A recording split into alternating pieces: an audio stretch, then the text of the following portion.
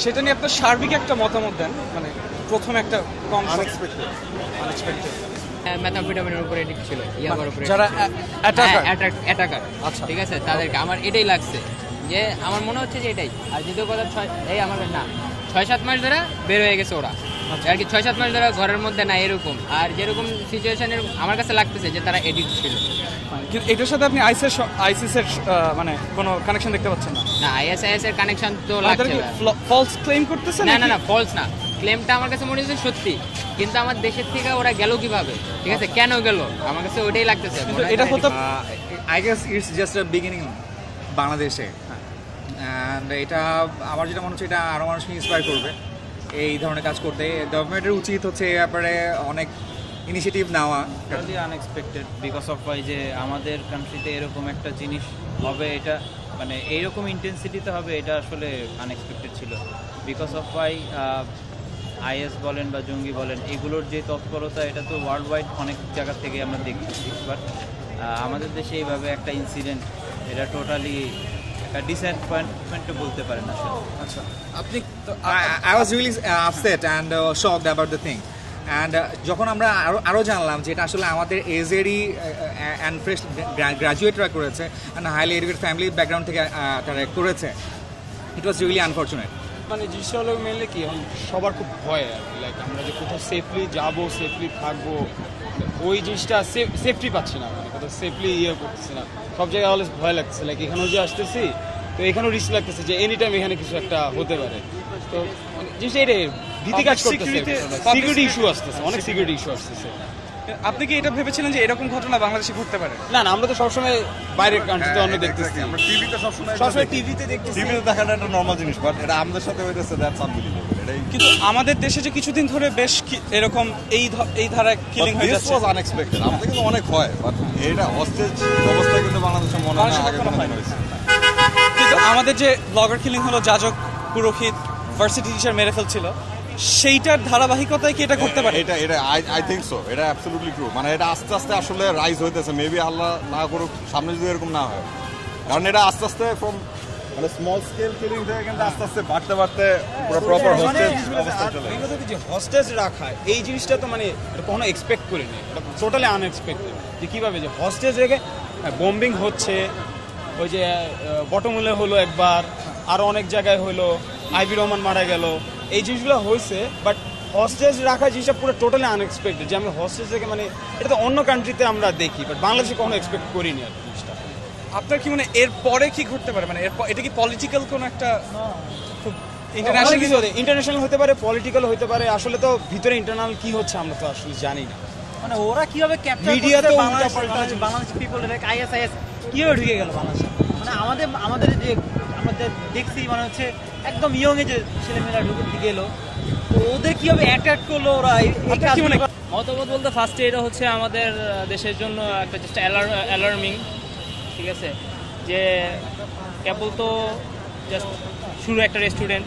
So আমাদের পাবলিকের যেটা হচ্ছে, আমাদের প্রত্যেকটা পাবলিকে অ্যাওয়ার হতে হবে এই বিষয়টা নিয়ে, এবং গভর্নমেন্টকেও যথাযথ স্টেপ নিতে হবে, যেমন ভবিষ্যতে যেন এর চেয়েও বড় কোনো বিপর্যয় আসতে পারে, বড় কোনো প্রবলেম হতে পারে, এবং সেটা যেন এবার আমাদের দেশে মানে যা দেখা যাচ্ছে, পুলিশ মারা গেছেন 2 জন, ঠিক আছে, আরও অনেক ইনজিউর্ড আছে আমাদের ডিফেন্সের লোকজন। তারপরে এছাড়াও আই থিঙ্ক যা দেখলাম যে বিদেশি নাগরিক যারা মারা গেছে। তো আমাদের যেটা দেখলাম যে মানে আমি যেটা ফিল করলাম পার্সোনালি, যে একটা লং টাইম ধরে কিন্তু প্রসেসটা চলছে, প্রায় 12 ঘন্টা থেকে 15 ঘন্টা। তো এর মধ্যে আরও অনেক খারাপ কিছু হয়ে যেতে পারতো, ঠিক আছে, কিন্তু বাট আল্লাহ রহমতে আল্লাহ যাই করুক, যাই করছে, যেটা করছে ভালোর জন্য করছে। সো আই থিঙ্ক আমি মনে করি আমাদের মানে এই টাইম ডিউরেশনটাকে আগে আরও কমিয়ে আনার, ঠিক আছে, কারণ দেশ যখন আসে প্রবলেম হবে, ঠিক আছে, যেহেতু কেবল হয়তো বা আমি মনে করি এটা শুরু, ঠিক আছে, আর প্রতি বছরই হচ্ছে, বিভিন্ন দেশেই হচ্ছে। তো বাংলাদেশ যেহেতু প্রথম, সো আমাদের ভবিষ্যতে যেন এরকম না হয়, সেই জন্য আমাদের নিরাপত্তা একটু বেশি তৎপর হতে হবে, ঠিক আছে। আপনি সামনে কি আরো এরকম অ্যাটাক এক্সপেক্ট করছেন? পসিবিলিটি অনেক বেশি, অবশ্যই। যে অবস্থা, এটা তো জাস্ট একটা শুরু, বাংলাদেশে প্রতিদিনই ক্রাইম শুরু হলো, প্রতিদিনই মার্ডার হচ্ছে, ঠিক আছে, এরা হচ্ছে হয়তো বা একজন, আর এখানে 20 জন। আপনি কিন্তু আমাদের যে কিছুদিন আগে ব্লগার কিলিং হলো, এবং দেশের বিভিন্ন জায়গায় পুরোহিত, যাজক এবং নানা ধর্মের মানুষ, টিচাররা, ভার্সিটি টিচার মারা যাচ্ছে, এটার সাথে কি কোনো লিঙ্ক আপনি পান মানে যদি দেখেন? লিঙ্কটা তো অবভিয়াস, অনেক মানে এটা তো আলাদাভাবে বলা লাগে না, যে সবাই ধারণা করছিল যে হ্যাঁ বড় কিছু একটা হবে, সবার মনে এই ধরনের ছিল, কিন্তু তারপরেও মনের মানে আমরা তো এইসবের সাথে ইউজড না, তাই না? So all of a sudden এই ধরনের একটা জিনিস দেখাটা সত্যি আমাদের কাছে আনএক্সপেক্টেড এবং শকিং একটা বিষয়। মানে আমি যদি বলি যে যেহেতু ওরা বলছে যে ইসলামিক স্টেট যারা তারা এটা করছে, তো এবং তারা হয়তো অনেক ব্লগার কিলিং, পুরোহিত, যাজক, ভার্সিটি টিচার যারা মারা যাচ্ছে মানে মেরে ফেলা হচ্ছে, তাদেরটাও তারা ক্লেম করেছে যে তারা এরকম খুনগুলো করেছে। তাহলে কুড দিস বি যে এটা একটা ধারাবাহিকতা এই বড় ঘটনাটা ঘটেছে? আমি মনে করি যে বড় ঘটনাগুলোর মধ্যে এটা দিস ইজ দ্য বিগিনিং, এরপরে আরও ঘটনা আসতে পারে।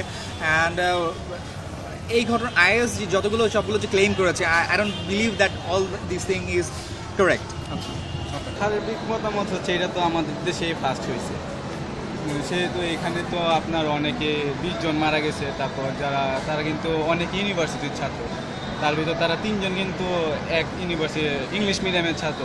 আমার মনে হয় না এটার পিছে কারো হাত আছে আর কি। অনেকে বলে, যেমন মনে করেন কোনো একটা কিছু হইলেই যে বিএনপি জামায়াতের দোষ, কিন্তু আমার মনে হয় না এটা বিএনপি জামায়াতের কোনো দোষ, এটা সম্পূর্ণ আইএসএ। করে না যে তারা ব্রেন ওয়াশ ছিল যথেষ্ট ভালোভাবে, যে তারা এতটুকু কুণ্ঠাবোধ করেনি মানুষকে মারতে, মানে ব্রেন ওয়াশটা এতই না ভাইয়া, ব্রেন ওয়াশ কি তাহলে ঐশীর ব্রেন কোনোভাবে কি এটা এক্সপেক্ট করছিলেন যে আমাদের দেশে ঘটতে পারে? বাইরে অনেকগুলো ঘটনা ঘটছে, আমাদের দেশে বেশ মারা যাচ্ছিল মানুষ সেটা থেকে। না, যেহেতু আমরা আমাদের দেশে আইএসের উপস্থিতি বা প্রেজেন্সটা ওরকমভাবে স্ট্রং ছিল না, অতএব এটা আনএক্সপেক্টেডই বলা যায়। ওরকম যদি এরকম হতো তাহলে মেবি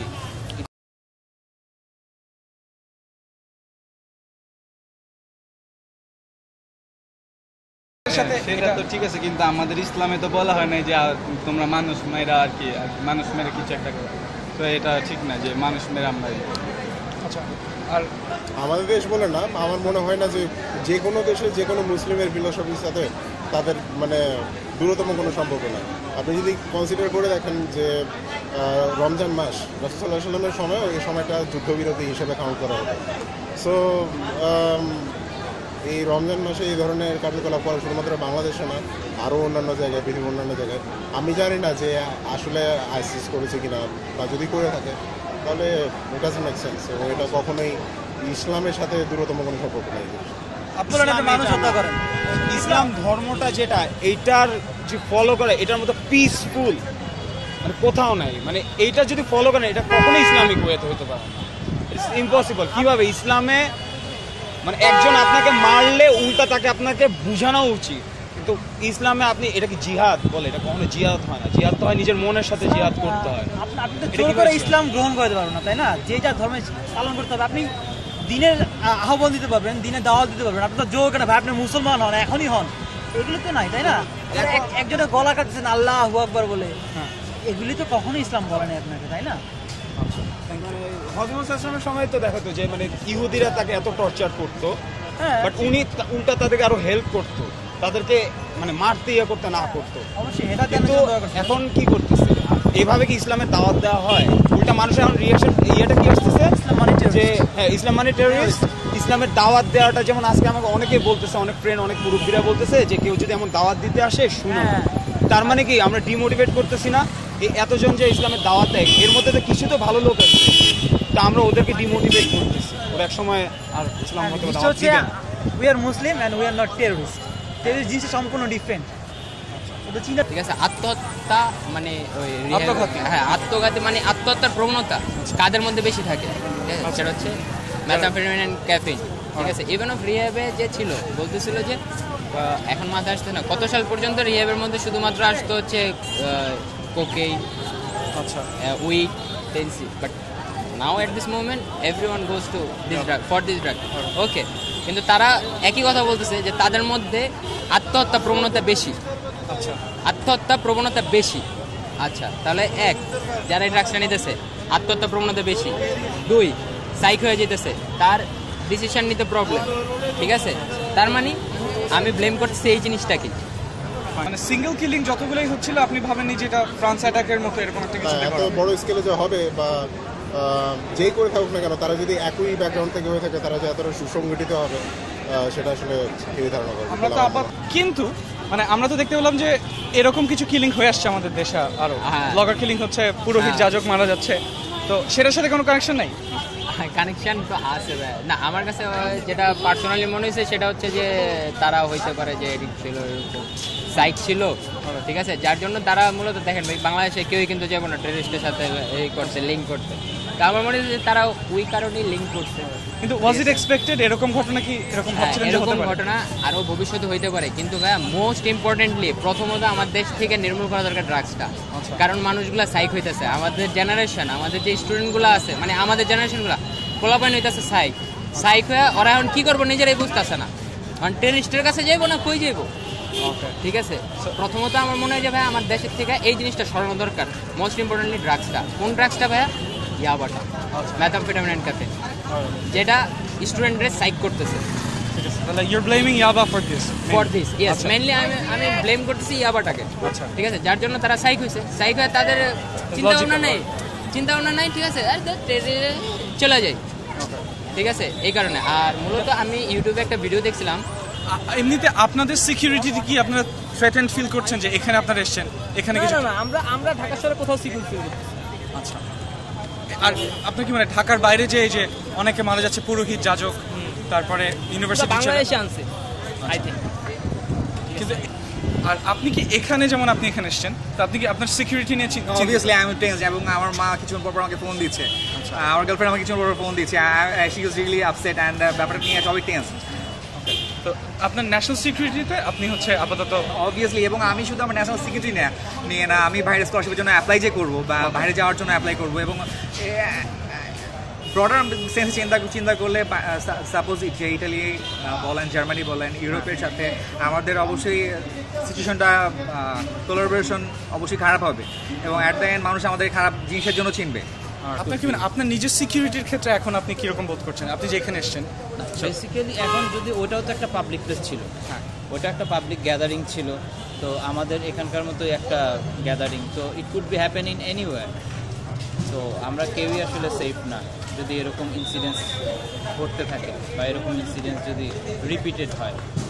আর আপনি কি ইদানিং ফেসবুকে অ্যাক্টিভ? আপনার ফেসবুক, আচ্ছা, আপনি কি এটা খেয়াল করেছেন যে কিছু আমরা দেখতে পাচ্ছি যে যারা টেরর অ্যাটাক করলো তাদের বিষয়ক যে তারা খুবই সুন্দর ছিল দেখতে, এত সুন্দর মানুষ কেন এরকম করলো, তাদের জান্নাতবাসী হোক, আমি ক্রাশড, এরকম কিছু কমেন্ট আসছে, এরকম স্ট্যাটাস দেওয়া হচ্ছে, এর খেয়াল করা হচ্ছে? আমি না, এরকম টু বি অনেস্ট এই যে ঘটনাটা ঘটলো এটার সাথে আমি এই টাইপের কোনো ইয়া দেখি নাই আর কি।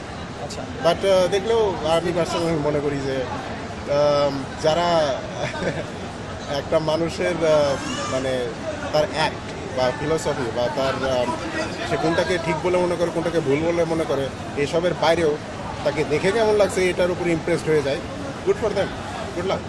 আপনি কি ইদানিং ফেসবুকে খেয়াল করছেন যে কিছু পোস্ট আসছে এরকম যে যে অ্যাটাকার তারা খুব সুন্দর ছিল, আমি ক্রাশ হয়ে গেছি? জি জি, কয়েকজনকে তো ভালো লাগছে অনেক। না, আপনি কি এরকম পোস্ট দেখেছেন? হ্যাঁ, দেখছি তো, অনেকেই তো দিচ্ছে। সে সম্পর্কে আপনার কি মনে হয়? সে সম্পর্কে তাদেরকে কিন্তু দেখে মনে হয় না যে তারা আইএস, তারা কিন্তু অনেক শিক্ষিত পরিবারের ছেলে এবং ধনী পরিবারের ছেলে ছিল যারা এই অ্যাটাকটা করছে, কিন্তু সেই ক্ষেত্রে মনে হয় না, তাদের দেখলে আমার বোঝা যায় না যে তারাই এত বড় কাজটা করছে। তারা ডেফিনেটলি যার যার অবস্থান থেকে সর্বোচ্চ চেষ্টাটাই করেছে ব্রডকাস্ট করার জন্য, লাইভ ব্রডকাস্ট না হোক বা পরবর্তীতে। কিন্তু এক্ষেত্রে অনেক ইনফরমেশন লিক হয়ে গেছে যেটাতে আমাদের রক্ষা বাহিনীর অসুবিধা হয়েছে তাদের অপারেশন চালাতে, এরকম। এটা কি হওয়াটা স্বাভাবিক না? মানে কিন্তু এখানে কি আমাদের একটা অপারেশনের সময় টোটালি সিভিলিয়ানদের ইনভলভমেন্ট যত কম হবে ততই ভালো, এই কারণে সামরিক প্রশাসনকে ইনভলভ করা। এখানে মেইন ব্যাপারটা যেটা হয়েছে যে আসলে এই ধরনের ঘটনা তো আমাদের এখানে প্রথম, আগে কখনো ঘটেনি, সুতরাং এই ঘটনা এইরকম একটা পরিস্থিতিতে কি করা উচিত এটা সবাই আমরা মানে অ্যাওয়্যার ছিলাম না, এটার কারণে হতে পারে হয়তো। কিন্তু আমরা তো এখন বাস করছি 2016-তে, এবং পৃথিবীর অনেক জায়গায় ঘটছে, এবং আমাদের এডুকেশন সিস্টেমও যথেষ্ট উন্নতি ঘটছে এই মিডিয়া জার্নালিজম এইসব ব্যাপারে।